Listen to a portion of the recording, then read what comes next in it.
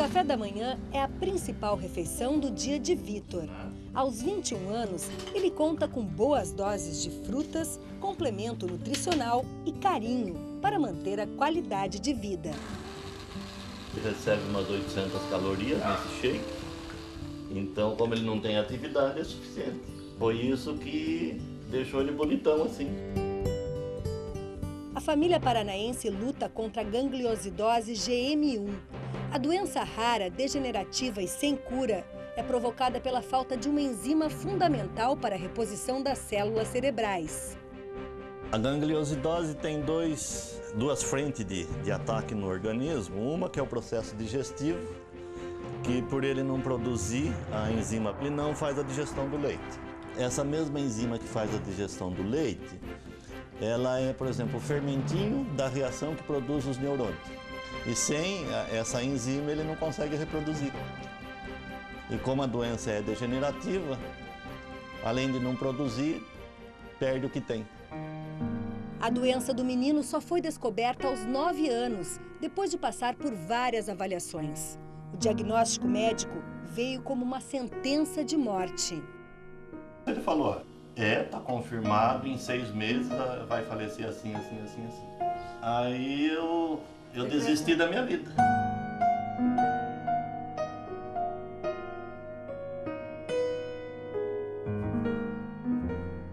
Inconformado, o engenheiro mecânico abriu mão do trabalho, da profissão, para tentar salvar o filho.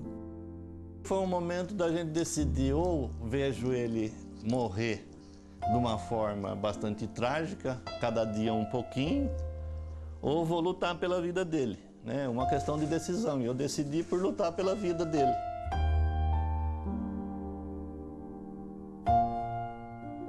Me enfiei na biblioteca da Faculdade de Medicina, de dia e de noite na internet. Passei 8 meses e nada. Já tinha passado por tudo que podia pensar de estudo de medicina. Comecei com genética e fui até fisiologia clínica. Aí eu comecei a chorar no meio das prateleiras e clamar a Deus. E aí uma voz falou dentro de mim, pega esse livro. O tempo dedicado à pesquisa levou seu Adolfo a encontrar uma alternativa. Ele descobriu que era possível controlar o problema através da recolocação da enzima que faltava no organismo. Desacreditado pelos médicos, o pai começou então uma outra batalha: a busca pela substância em laboratórios do mundo todo. Para conseguir a matéria-prima foi uma complicação, porque precisava e não sabia onde encontrar. Passei fax, escrevi, passei e-mail. Só um me respondeu que talvez o Japão pudesse ter a enzima do jeito que eu queria. Deus falou comigo que em 10 dias eu ia receber a enzima. Passou uma semana, apareceu a enzima aqui em Araucária. Aí fui conversar com a pessoa que estava me fornecendo a enzima, ele falou, olha, mandaram lá da matriz da Europa, não sabendo o que é e para que veio e para que serve. Há 9 anos, Vitor toma as enzimas descobertas por seu Adolfo. São comprimidos relativamente baratos, feitos em farmácias de manipulação. Além das propriedades, cada um contém o esforço e a esperança de um pai obstinado. De lá para cá se degenerou muito pouca coisa. Por exemplo, ela não freia 100%, mas ela tem mostrado eficiência porque a degeneração tem sido muito pequena. A medicação que eu desenvolvi foi através do processo homeopático. Homeopatia é domínio público, então não tem reserva de mercado. Isso foi providencial porque está aí à disposição da população. Qualquer pessoa que tem alergia, rejeição ao leite pode se beneficiar dessa medicação. E os casos da gangliosidose também a gente acredita que em outros casos a gente pode chegar no mesmo resultado que chegou ao Vitor. Hoje, Vitor é o único no mundo a superar os 11 anos de vida com a doença. Só que a dedicação exclusiva ao filho fez a vida de seu Adolfo parar. Sem emprego e com gastos altos para manter o tratamento, ele arriscou até a casa própria da família. Não sobra para mais nada, né? Então não sobrou para pagar a prestação da casa. E a casa foi para leilão. Para não perder a casa, seu Adolfo resolveu entrar com uma ação na Justiça Federal. Nas 3 audiências de conciliação, ele teve a oportunidade de contar a história do Vitor e por que deixou de pagar as prestações. O final do processo foi surpreendente.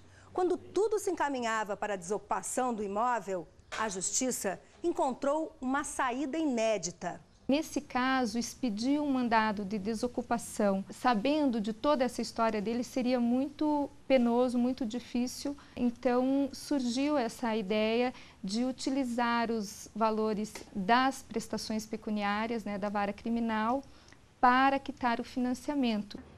Prestações pecuniárias são as penas pagas em dinheiro por condenados da Justiça Federal.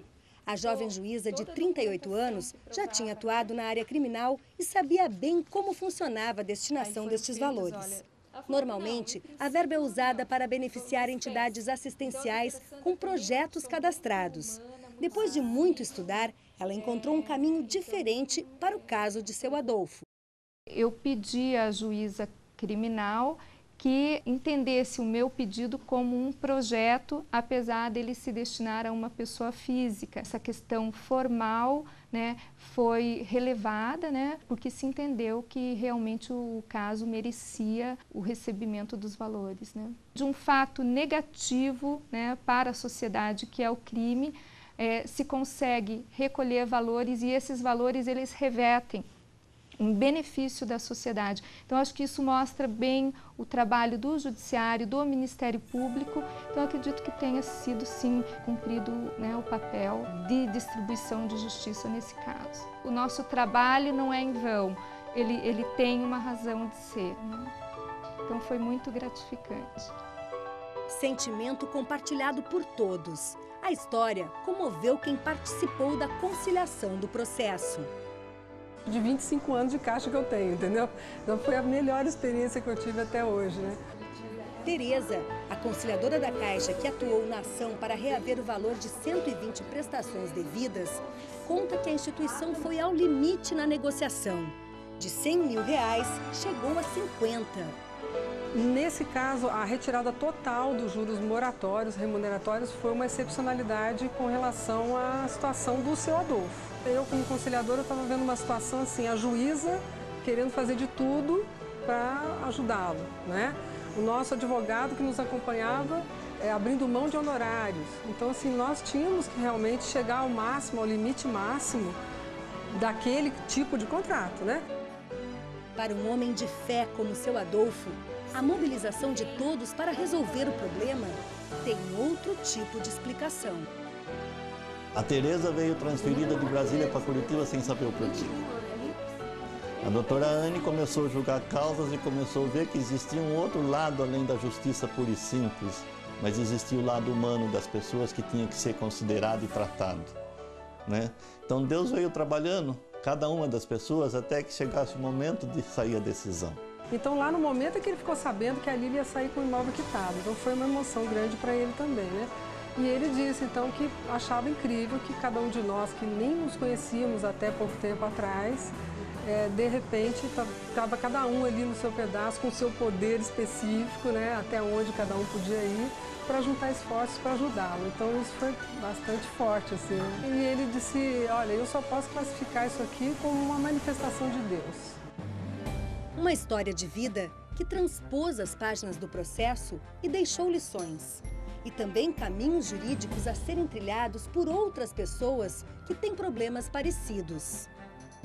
O juiz se deparando com um caso excepcional, em que ele veja que realmente o mutuário não tem outra solução, e diante de um problema social desse nível, eu acredito que ele possa tomar o mesmo caminho. Não foi porque ele tem um filho doente, não é uma questão de pena, não é isso, entendeu? Ele nos ensinou que realmente como se posicionar diante de um problema, como enfrentar com coragem aquilo ali, sabe? Não só a doença do menino, mas também o fato de optar por parar de pagar a casa, foi uma coragem da parte dele. Ele não tinha outra opção, ele teve que enfrentar aquilo.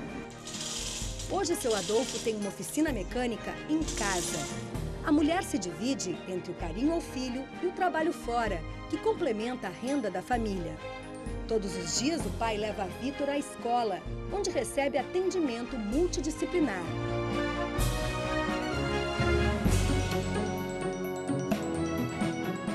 O desenvolvimento do Vitor está cada dia melhor, sabe? Tem as dificuldades dele, mas cada dia melhor. É um bom aluno esse menino. Um bom aluno. Vamos dar um passinho? Venha comigo. Para ele não perder as funções principais, né? A parte motora é essencial, né? Então essa tem que ser estimulada, principalmente. E as coisas que ele tem já, né? Que é a marcha e a parte de musculatura. Mais um passinho, vamos lá, estamos chegando. Joia, joia. É uma estimulação justamente, tá? Para permanecer os padrões de mastigação, de deglutição. A gente proporcionar uma melhor vida para ele com relação à alimentação, porque ele compreende, tem ausência de linguagem, mas ele compreende tudo. Os sons estão presentes, como vocês ouviram. Na rotina deste verdadeiro pai-herói, não se nota um sinal de cansaço, de desânimo ou de desesperança. Do sorriso e do aperto de mão de Vitor e Adolfo, vem a força e a cumplicidade que só o amor entre pai e filho pode explicar. Ele ama viver, né? Esse aqui é um grande guerreiro, né? Ele sempre lutou muito. Tanto rico quanto pobre tem problema de finança. Tanto rico quanto pobre tem problema de doença, né? Os problemas só mudam de endereço, mas são os mesmos para todo mundo. Então o que muda? A decisão. É a atitude diante de um problema é que muda, que faz mudar o Vitor. Se a nossa atitude é de uma boa decisão, o nosso mundo vai ser melhor.